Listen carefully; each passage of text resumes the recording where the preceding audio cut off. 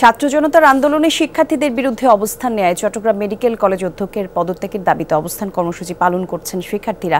এ বিষয়ে আরো কিছু তথ্য জানবো আমাদের সহকর্মী আলামিন শিকদার ঘটনাস্থল থেকে যুক্ত হচ্ছেন। আলামিন, একটু জানাবেন শিক্ষার্থীরা তো তাদের দাবিতে অনড়, এ ব্যাপারে অধ্যক্ষের কোনো বক্তব্য পেয়েছেন কিনা? ডিজাইন, এলিগেন্স, বিউটি, সেরা পণ্য সবার জন্য জেভিকো।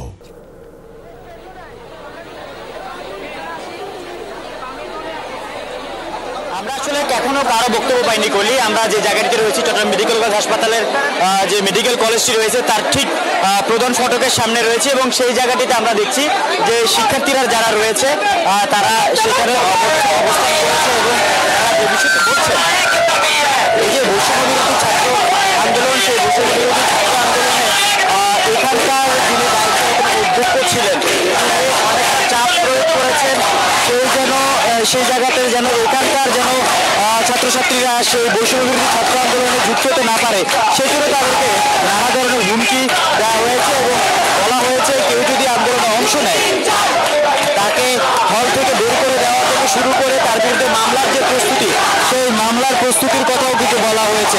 যার কারণে এই যে সাধারণ শিক্ষার্থীরা তারা সবাই এই জায়গাতে অবস্থান নিয়েছে এবং তাদের যে এক দফা দাবি, সেই এক দফা দাবিটি তারা এখানে জানাচ্ছেন এবং বলছেন যে অধ্যক্ষ রয়েছেন তার পদত্যাগ না হওয়া পর্যন্ত তাদের যে আন্দোলন, সেই আন্দোলন চলবে এবং এই কঠোর হুঁশিয়ারি তারা এখান থেকে জানিয়েছে।